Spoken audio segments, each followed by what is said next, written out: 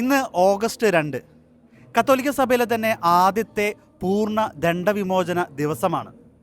അതായത് പോർസിംഗുല ദണ്ഡവിമോചനം.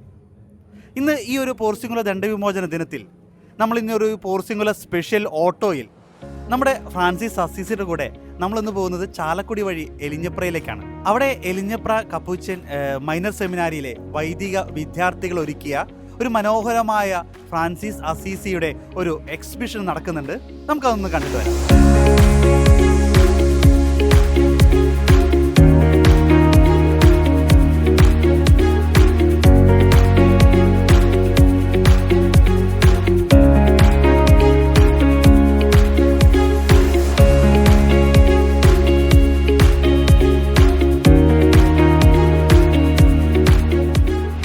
അങ്ങനെ നമ്മൾ എലിഞ്ഞപ്രയിലുള്ള ഈ ഒരു ദേവാലയത്തിൽ എത്തിയിരിക്കുകയാണ്.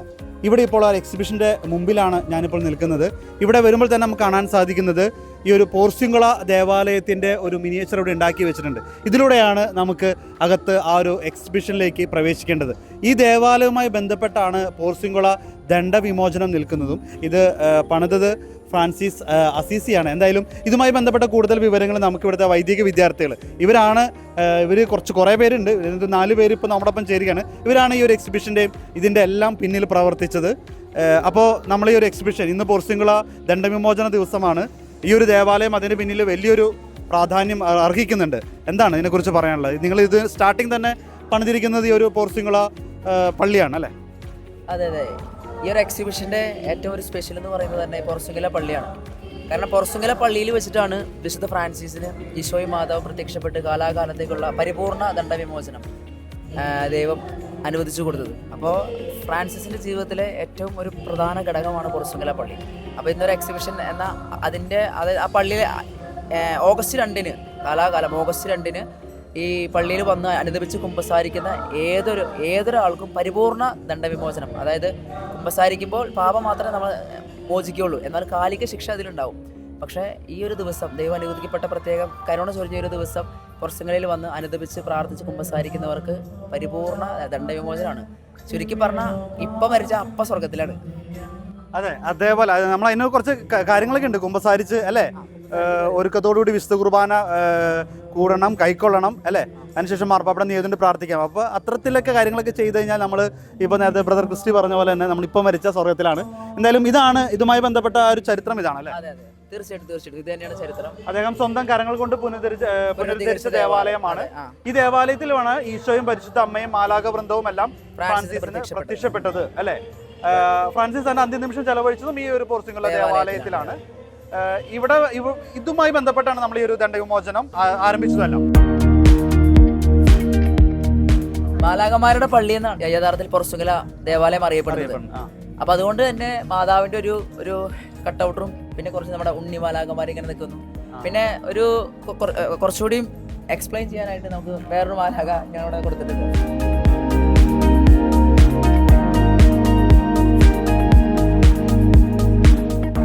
നമ്മളകത്തേക്ക് കിടക്കുമ്പോൾ തന്നെ ഞാൻ നേരത്തെ ഏറ്റവും ആദ്യം വന്നിരുന്ന ഒരു ഓട്ടോ ഉണ്ട് അല്ലേ? ഫ്രാൻസിസ് അസീസി വളരെ സന്തോഷത്തോടെ ഈ ഓട്ടോ ഓടിച്ച് ഇങ്ങനെ നിൽക്കുന്നുണ്ട് ഇവിടെ. വാടാ പിള്ളേരെ കയറിക്കോ അല്ലേ, കളറായിട്ട് ഒരു ഫോട്ടോ ഒക്കെ പിടിച്ചാലോ? അതെ, ഇതൊരു വെറൈറ്റി ആയിട്ടല്ലേ, സാധാരണ നമ്മൾ കാണാറില്ലല്ലോ. ഫോട്ടോ ഫ്രെയിമാണ് ഇത്. ആളുകൾക്ക് വരുന്നവർക്ക് ഫോട്ടോ കാണാൻ. എന്നാലും ചാലക്കുടി വഴി എലിഞ്ഞപ്രയിലേക്ക് അങ്ങനെ ഫ്രാൻസിസ് അസീസിയുടെ ഓട്ടോയിലൂടെ തന്നെ നമുക്ക് ഈ ഒരു എക്സിബിഷനിലേക്ക് നമുക്ക് കിടക്കാം. ഇത് എന്താണ് വളരെ മനോഹരമായി തന്നെ ഒരുക്കിയിരിക്കുന്നുണ്ട്. ഫ്രാൻസിസ് അസീസി വയലിൻ അല്ലേ? അതെ, ഫ്രാൻസിസ് അസീസിയുടെ സൂര്യകീർത്തനത്തിന്റെ ഒരു അവതരണമാണ്. അത് സാധാരണ രീതിയിലല്ല, നമ്മളൊരു കാർട്ടൂണിക് രീതിയിലാണ് ഇത് ചെയ്തിരിക്കുന്നത്. അപ്പൊ അതായത് ഇതിന്റെ ഒരു കോണ്ടക്സ്റ്റ് ഇത്രേ ഉള്ളൂ. നമ്മുടെ ഫ്രാൻസിസ് അസീസിക്ക് ദൈവസ്നേഹം കൊണ്ട് നിറഞ്ഞു കവിയുമ്പോൾ ആള് ശരിക്കും മതി മറന്നു പോകും. അപ്പോൾ ഞങ്ങൾക്കിങ്ങനെ പുള്ളിക്കാരൻ ഒരു വടിയൊക്കെ എടുത്ത് ഇങ്ങനെ ജസ്റ്റ് ഇങ്ങനെ വായിക്കുന്ന സമയത്ത് പ്രകൃതി മൊത്തം അദ്ദേഹത്തോട് ഇങ്ങനെ കൂടിച്ചേർന്ന് അതൊരു ആനന്ദത്തിന്റെ ഒരു മുഹൂർത്തമായിട്ട് തീരും. പിന്നെ ഒരു ചെന്നായയുടെ ഒരു മിനിയേച്ചർ കൊടുത്തിട്ടുണ്ട്. അത് ഫ്രാൻസിസിന്റെ ലൈഫിലെ ഏറ്റവും ഒരു ചങ്ങാതിയായിരുന്നു ചെന്നായ. ഒരു കൂട്ടുകാരനായിരുന്നു. അത് ഫ്രാൻസിസിയുടെ അത് പുള്ളിക്കാരൻ മാനസാന്തരപ്പെടുത്തിയൊക്കെ വേണമെങ്കിൽ പറയാം. അപ്പൊ ഞങ്ങൾ അങ്ങനെ ഒരു സാധനമൊക്കെ ചെയ്തിട്ടുണ്ട്. പിന്നെ ഒരു തത്ത, പിന്നെ കുറച്ച് കഷ്ടപ്പെട്ട് ഞങ്ങളൊരു മയിലിനൊക്കെ ഉണ്ടാക്കി. പിന്നെ അങ്ങനെ സ്റ്റാറും കാര്യങ്ങളും, പിന്നെ സൂര്യൻ, വെള്ള കളറുള്ള മയിൽ, അതോടൊപ്പം തന്നെ കോഴി അല്ലേ, പൂവൻ കോഴി. ഒരു പൂവൻ കോഴി, അതൊരു ഇന്ത്യൻ സ്റ്റൈൽ ആയിക്കട്ടെ. എന്തായാലും ഈ ഒരു പ്രകൃതി മൊത്തം ഫ്രാൻസിസിന്റെ കൂടെ ദൈവത്തെ സ്തുതിക്കുന്ന അല്ലെ, ദൈവത്തെ സ്തുതിക്കുന്നു. ഒരു വളരെ സുന്ദരമായ മനോഹരമായ ഒരു അനുഭൂതി അല്ലെ. അതെ. ഇത് ഉണ്ടാക്കിയതൊക്കെ നിങ്ങളെ കൂടി തന്നെയാണ് അല്ലെ? ഞങ്ങളെല്ലാവരും കൂടി ഈ ഒരു ചിന്തയും ഈ ഒരു ആശയമൊക്കെ മനസ്സിൽ വന്നത് അതൊരു കപ്പൂച്ചിൻ സ്പിരിറ്റ് അങ്ങനെ വേണമെങ്കിൽ പറയാം. എല്ലാവരും കൂടിയും പറഞ്ഞു വന്നപ്പോൾ എടാ ഇങ്ങനെ ചെയ്യാം അങ്ങനെ ചെയ്യാം, അപ്പൊ അങ്ങനെ ഉരുത്തിരിഞ്ഞു വന്നാണത്.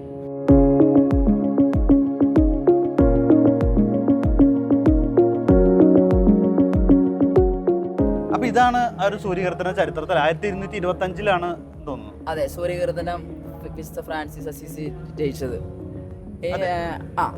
ഇത് എങ്ങനെയെന്ന് വെച്ച് കഴിഞ്ഞാൽ ഇത് 1225 സെയിന്റ് ഫ്രാൻസിസ് അസീസിക്ക് ആൾക്ക് തിമിരത്തിന്റെ ഒരു അസുഖം ഉണ്ടായിരുന്നു. അപ്പോൾ ഈ തിമിരത്തിന്റെ ഈ ഒരു അസുഖം ഉള്ള സമയത്ത് അദ്ദേഹത്തിന് വളരെ ഒരു വിശ്രമത്തിന് വേണ്ടി തിരഞ്ഞെടുക്കപ്പെട്ട ഒരു കുടിലായിരുന്നു സാന്താമിയാനോ മഠം എന്ന് പറയുന്നതിന്റെ ഒരു ആ പറമ്പിൽ തന്നെയുള്ള ഒരു കുടിലായിരുന്നു ഇത്. പക്ഷേ ആ കുടിലിൽ അദ്ദേഹം താമസിക്കുമ്പോൾ തന്നെ അദ്ദേഹത്തിന് കണ്ണിന്റെ വേദനയും അതുപോലെ പഞ്ചക്ഷതത്തിന്റെ വേദനയും പിന്നെ അത് മാത്രമല്ല അവിടെ കുറെ എലികളുടെ ശല്യവും അങ്ങനെ മറ്റു പല ശല്യങ്ങളൊക്കെ ഉണ്ടായിരുന്നു.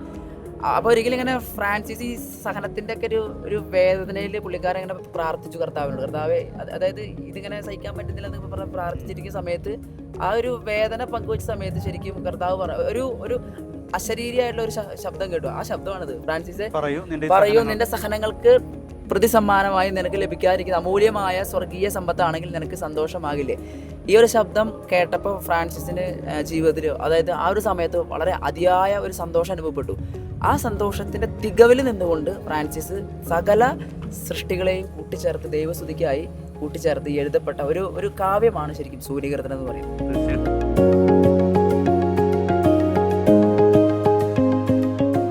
നമ്മളിങ്ങനെ കടന്നു വരുമ്പോൾ തന്നെ ഇതിന്റെ രണ്ട് സൈഡിലും കർട്ടണിലായിട്ട് ഫ്രാൻസിസിനെ കുറിച്ച് ഭക്തികളെ കുറിച്ച് അല്ലെ, ഈ ഭക്തികൾ എന്ന് എഴുതിയിരിക്കുന്നത് ഫ്രാൻസിസിന് ഉണ്ടായിരുന്ന ഭക്തികളാണ്.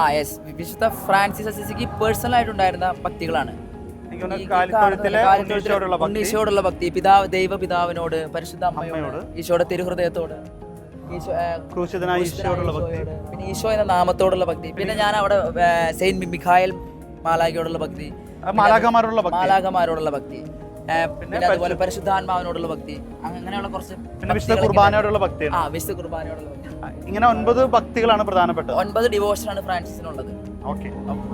അപ്പോൾ ഇങ്ങനെ നമ്മൾ ഈ ഒരു ഫ്രാൻസിസിന്റെ ഭക്തികളെ കുറിച്ചൊക്കെ ചിന്തിച്ച് കിടക്കുമ്പോൾ ഇവിടെ കാണാവുന്ന കുറെ ഫോട്ടോകൾ, കുറെ വിശുദ്ധരല്ല പക്ഷേ പുണ്യാത്മാക്കളാണ് അല്ലേ?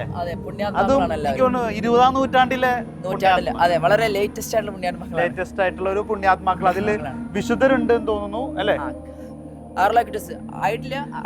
ആയിക്കൊണ്ടിരിക്കുന്നു. വിശുദ്ധരാവൻ, ധന്യൻ, ദേവദാസി അല്ലെങ്കിൽ ദേവദാസൻ, വാഴ്ത്തപ്പെട്ടവൻ, ആ ഒരു പദവിയിലുള്ള 20-ാം നൂറ്റാണ്ടിലെ കുറേ പുണ്യാത്മാക്കൾ, അതായത് നമ്മുടെയൊക്കെ ഒരു കാലഘട്ടത്തിൽ ജീവിച്ച് മരിച്ച് സ്വർഗത്തിലെത്തിയ ഒരുപാട് പേരെ നമുക്ക് കാണാൻ സാധിക്കും. ആ ഒരു ദൃശ്യങ്ങളാണ് ഈ രണ്ട് സൈഡിലും വളരെ മനോഹരമായി തന്നെ ഒരുക്കിയിരിക്കുന്നത്. നമുക്കതൊന്ന് കാണാം.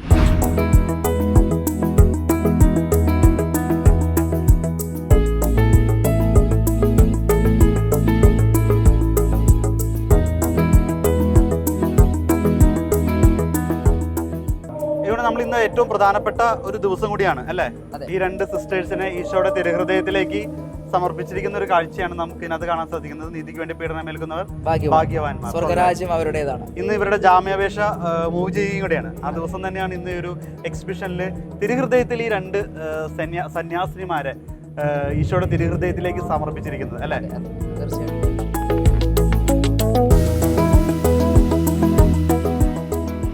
ഇനിയിപ്പോൾ നമ്മൾ കിടക്കാൻ പോകുന്നത് ഒരു ഡാർക്ക് റൂമിലേക്കാണ്. അവിടെ ചെന്ന് കഴിഞ്ഞാൽ വെളിച്ചമില്ല, പക്ഷെ അവിടെ കുറെ കാര്യങ്ങൾ അവർ ഒരുക്കി വെച്ചിട്ടുണ്ട് അല്ലേ? എന്താണെന്ന് പറയും. അത് ലോകത്തിലെ ആദ്യത്തെ പഞ്ചക്ഷതകാരി എന്നറിയപ്പെടുന്നത് വിശുദ്ധ ഫ്രാൻസിസ് അസീസിയാണ്. അൽവർണ മലയിൽ വെച്ച് വിശുദ്ധ സെറാഫിക് മാലാഖയിൽ നിന്ന് പഞ്ചക്ഷതം ഏറ്റുവാങ്ങുന്ന വിശുദ്ധ ഫ്രാൻസിസിന്റെ ഒരു സംഭവമാണ് അവിടെ ചെയ്തിരിക്കുന്നത്. പക്ഷെ നമ്മൾ ചെയ്തിരിക്കുന്നത് UV ലൈറ്റ്സ് ഉപയോഗിച്ചാണ്. അപ്പോൾ അത് കണ്ണിന് കുറച്ചുകൂടി കാണാൻ എളുപ്പമാണ്. പിന്നെ ഒരു ഗ്രിഗോറിയൻ ചാൻഡൊക്കെ കൊടുത്തിട്ടുണ്ട്. അപ്പോൾ അതിൻ്റെ ഉള്ളിൽ കയറുമ്പോൾ ഒരു വൈബ് അത് വേറെയാണ്, അത് കിട്ടാൻ വേണ്ടിയിട്ട്.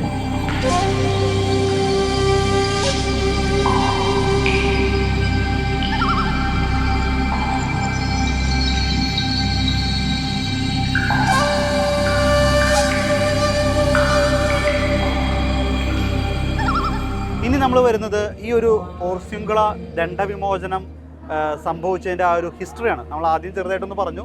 എങ്കിലും അതിന് എങ്ങനെ സംഭവിച്ചു, എങ്ങനെയുള്ള കാര്യങ്ങളാണ് ഇവരെ ഇവിടെ വളരെ മനോഹരമായിട്ട് ഒരു ദൃശ്യാവിഷ്കരണത്തിലൂടെ, അതായത് അതിൻ്റെ ഒരു ഓർഡർ അനുസരിച്ച് കുറേ ഫോട്ടോകൾ വെച്ച് പറഞ്ഞത് എങ്ങനെയാണ്. ഇപ്പം ഏറ്റവും ആദ്യം ഫ്രാൻസിസ് അദ്ദേഹം വനത്തിൽ പ്രാർത്ഥിക്കുകയായിരുന്നു അല്ലേ? ആ പ്രാർത്ഥിക്കുന്ന സമയത്ത് സെയിൻറ്റ് ഫ്രാൻസിസിന് മാലാഖ പ്രത്യക്ഷപ്പെട്ടിട്ട് പറയും, വേഗം തന്നെ നീ പള്ളിയിലേക്ക് ചെല്ലുക, ഈശോയും പരിശുദ്ധ കന്യാമറിയും മാലാഖ വൃന്ദങ്ങളും നിന്നെ കാത്ത് പോർച്ചുഗലിൽ ഇരിക്കുന്നു എന്ന് പറയും. അപ്പൊ ഈ മാലാഖയുടെ ഇത് കേട്ട ഉടനെ ഫ്രാൻസിസ് നേരെ എഴുന്നേറ്റ് പോർച്ചുഗല പള്ളിയിലേക്ക് പോകുന്നു. ഒരു വനത്തിലൂടെ ഓടുന്ന കാഴ്ച ഇവിടെ കുറച്ചുകൂടി ഒരു പിക്ചർ. അതിനുശേഷം ഫ്രാൻസിസ് നേരെ ചെന്ന് ഈശോയും മാതാവിന് നേരെ കണ്ടു വണങ്ങുന്നു. അതുകൊണ്ട് നേരെ ഈശോ ചോദിക്കുകയാണ് ഫ്രാൻസിസിനോട്, ഫ്രാൻസിസെ നിന്റെ പ്രാർത്ഥന ഞാൻ കേട്ടിരിക്കുന്നു, നിനക്ക് ഇഷ്ടമുള്ള ആഗ്രഹം ചോദിച്ചു കൊള്ളുക എന്ന് ഈശോ ചോദിക്കുക. അപ്പോൾ ഫ്രാൻസിസ് പറയുന്നത് ഇങ്ങനെയാണ്, ദിവ്യനാഥ അങ്ങേക്ക് സ്തുതി, ഈ മഹാപാപിക്ക് അനവധി അനുഗ്രഹങ്ങൾ അങ്ങ് നൽകി, എല്ലാ പാപങ്ങളും എന്നെ മോചിച്ചതിന് അങ്ങേക്ക് നന്ദി. എന്നാൽ ഈ ലോകം മുഴുവനുമുള്ള പാപികളെ പ്രതി ശരിക്കും ഫ്രാൻസിസ് വേദനിക്കുന്നുണ്ട്, അദ്ദേഹം അതിനുവേണ്ടി പ്രാർത്ഥിക്കുന്നുണ്ട്. ആ പാപികളെ പ്രതി അവർക്ക് വേണ്ടി അങ്ങയുടെ രക്തം മുഴുവൻ അങ്ങ് ചിന്തിയല്ലോ, അത് കണ്ട് അങ്ങയുടെ അമ്മ, അങ്ങയുടെ നല്ല അമ്മ കരഞ്ഞുവല്ലോ, ഈ അമ്മയെ ആശ്വസിപ്പിക്കുവാൻ അങ്ങ് കനിയണമേ എന്ന് പ്രാർത്ഥിക്കുകയാണ്. അപ്പൊ ഈ അമ്മയുടെ നാമത്തിൽ ചോദിച്ചുകൊണ്ട് തന്നെ ഈശോ ചോദിക്കുകയാണ്, എന്താണ് നിനക്ക് വേണ്ടത്? തീർച്ചയായും. അപ്പൊ അത് ഫ്രാൻസിസ് ശരിക്കും ഒരു അവസരമായിരുന്നത്. അപ്പൊ ഫ്രാൻസിസ് ചോദിച്ചു, മാലാഖമാരുടെ രാജ്ഞിയായ അമ്മയുടെ നാമത്തിൽ പണി കഴിച്ചിട്ട് ഈ ദേവാലയത്തിൽ കയറി നല്ല കുമ്പസാരം നടത്തി വിശുദ്ധ കുർബാന സ്വീകരിക്കുന്നവർക്ക് പരിപൂർണ്ണ ദണ്ഡവിമോചനം നൽകണമെന്ന് അങ്ങയോട് ഞാൻ അപേക്ഷിക്കുന്നു. പിന്നെ വീണ്ടും ഒരു എക്സ്പ്ലനേഷൻസ് ഉണ്ട്, പക്ഷെ അത് ഞങ്ങൾ അത് ഷോർട്ടായിട്ട് കൊടുത്തിട്ടുള്ളൂ. അപ്പോൾ പിന്നെ ഈശോ അമ്മേനെ നോക്കുമ്പോൾ അമ്മ സമ്മതം പോകുന്ന രീതിയിൽ ഇങ്ങനെ തലവലിച്ച് നിൽക്കുന്നതാണ്. ആ ഒരു പാപമോചനം കൊടുക്കുന്നതിന് മാതാവിന്റെ സമ്മതം, മാതാവിന്റെ സാന്നിധ്യം ഓരോ ക്രൈസ്തവന്റെ ജീവിതത്തിലും അത് വലിയൊരു സാന്നിധ്യമാണ്, വലിയൊരു മധ്യസ്ഥമാണത്. മാതാവിന്റെ സമ്മതം വാങ്ങിയതിനു ശേഷം മാത്രമാണ് ഈശോ സമ്മതം കൂടിയത് അല്ലേ? അതിനുശേഷം ഈശോ സമ്മതം കൊടുക്കുകയാണ്, എൻ്റെ അമ്മയ്ക്ക് ആനന്ദപ്രദമായ ഈ അനുഗ്രഹം ഞാൻ നിനക്ക് നൽകുന്നു, പക്ഷെ എൻ്റെ വികാരിയുടെ അടുത്ത് ചെന്ന് വാങ്ങിക്കൊള്ളാം, അതായത് മാർപ്പാപ്പയുടെ അടുത്ത് ചെന്ന് വാങ്ങിക്കൊള്ളാം. അങ്ങനെ ഈ പരിപൂർണ്ണ ദണ്ഡവിമോചനത്തിനായിട്ട് ഫ്രാൻസിസ് സഹോദരന്മാരും മാർപ്പാപ്പയെ കാണാൻ പോകുന്ന കാഴ്ചയാണ്. അങ്ങനെ അവർ അവിടെ ചെല്ലുന്നു, വിശുദ്ധ ഫ്രാൻസിസ് സഹോദരന്മാരും പരിശുദ്ധ പിതാവിനെ കണ്ടു വന്ദിക്കുന്നു. അങ്ങനെ മാർപ്പാപ്പയെ കാണുമ്പോൾ ഫ്രാൻസിസ് ഇങ്ങനെ പറയുകയാണ്, അപ്പോൾ പിതാവേ മാലാഖമാരുടെ രാജ്യം ഇങ്ങനെ ഒരു പള്ളി ഞാൻ പണിതിരുന്നു, ഈ പള്ളിയിൽ വന്ന് കുമ്പസാരിച്ച് അനുദപിച്ച് പ്രാർത്ഥിക്കുന്ന ദണ്ഡവിമോചനം ലഭിക്കുവാൻ അല്ലെങ്കിൽ അനുവദിക്കുവാൻ ഞാൻ അപേക്ഷിക്കുന്നു. പക്ഷേ ഞാൻ അനുവദിക്കുന്നു, എത്ര നാളത്തേക്കാണെന്ന് ചോദിക്കുന്നുണ്ട്. അങ്ങനെ ഒരു കാലയളവ് ഉണ്ടായിരുന്നു ശരിക്കും. പക്ഷേ ഫ്രാൻസിസ് ശരിക്കും പറയാണ്, പിതാവേ ഇത്ര നാളത്തേക്കെന്നല്ല, ആത്മാക്കളുടെ രക്ഷയ്ക്കായി എക്കാലത്തേക്കും, അതായത് യേശുവിൻ്റെ രണ്ടാമത്തെ വരവ് വരെ, ലോകാവസാനം വരെ എക്കാലത്തേക്കും വേണമെന്നാണ് ഫ്രാൻസിസ് അപേക്ഷിച്ചത്. ഇത് ചോദിക്കുവാനായിട്ട് അല്ലെങ്കിൽ ഇത് അപേക്ഷിക്കുവാനായിട്ട് ഈശോയാണ് എന്നെ അയച്ചിരിക്കുന്നതെന്ന് പറഞ്ഞിട്ട് ഫ്രാൻസിസ് തനിക്കുണ്ടായ ദർശനത്തെ വിവരിക്കുന്നു. അപ്പോൾ ഈ ഒരു ദർശനത്തെ കേട്ട ഉടനെ നമ്മുടെ മാർപ്പാപ്പ അംഗീകരിക്കുകയാണ്. അങ്ങനെയെങ്കിൽ ഈശോ മിശിഹായുടെ നാമത്തിൽ ഞാൻ അനുവദിക്കുന്നു. ഓഗസ്റ്റ് 1 വിശുദ്ധ പത്രോസ്ലീഹ ജയിൽ വിമോചിതനായ ദിവസം. അതിന്റെ പിറ്റേന്ന് 2 ഫ്രാൻസിസിന്റെ പോർച്ചുഗലിൽ ദണ്ഡവിമോചനം. അങ്ങനെയാണ് അതിന്റെ ഒരു ഹിസ്റ്ററി. അങ്ങനെയാണ് നമ്മളിപ്പോൾ എത്തി നിൽക്കുന്ന ഈ ഓഗസ്റ്റ് 2 നമ്മൾ എത്തി നിൽക്കുന്ന ഈ ഒരു പോർച്ചുഗല ദണ്ഡവിമോചനത്തിലേക്ക് നയിച്ചതിന്റെ പിന്നിലുള്ള സംഭവം നമുക്കറിയാം. ഈശോയും മാതാവും അതോടൊപ്പം തന്നെ മാലാഖ വൃന്ദങ്ങളും എല്ലാവരും ഒരുമിച്ച് ചേർന്ന് നൽകുന്ന ഒരു ദണ്ഡവിമോചനം. കത്തോലിക്ക സഭയിൽ ആദ്യത്തെ പൂർണ്ണ ദണ്ഡവിമോചനം.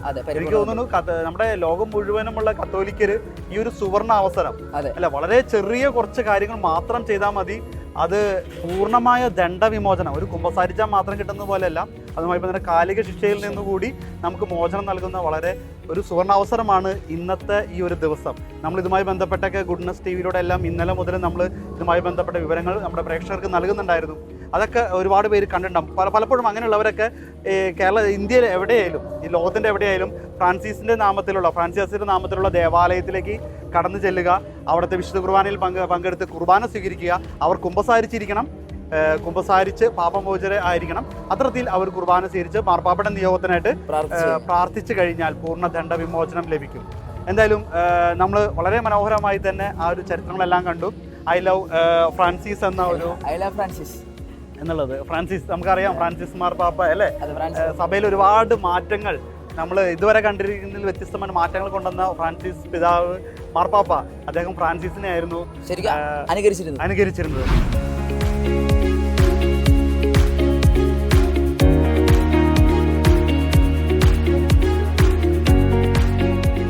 അങ്ങനെ ഫ്രാൻസിസ് അസീസിയുടെ ഈ ഒരു പോർച്ചുഗല ദണ്ഡവിമോചന ദിനത്തിൽ ഫ്രാൻസിസ് അസീസിയുടെ ആ ഒരു ചരിത്രം മൊത്തം ഈ ഒരു എക്സിബിഷനിലൂടെ ഇവർ വളരെ മനോഹരമായി തന്നെ നമുക്ക് വേണ്ടി ഒരുക്കിയിരിക്കുന്നതാണ്.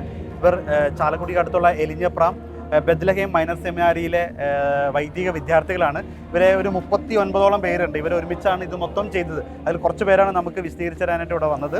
എന്തായാലും വളരെ മനോഹരമായി നമുക്കത് അനുഭവിക്കാൻ സാധിച്ചു. നിങ്ങൾക്ക് എല്ലാവർക്കും ഒരുപാട് നന്ദി. ഒപ്പം തന്നെ ഫ്രാൻസിസ് അസീസിയുടെ നാമധേയത്തിലുള്ള ദേവാലയം കൂടിയാണ്, ഒരു കപ്പുച്ചൻ ആശ്രമം കൂടിയാണ് ഈ ഒരു എലിഞ്ഞപ്ര പള്ളി. ഇവിടെയാണ് ഇന്ന് ഒരുപാട് വിശ്വാസികൾ ഒഴുകുകയാണ്.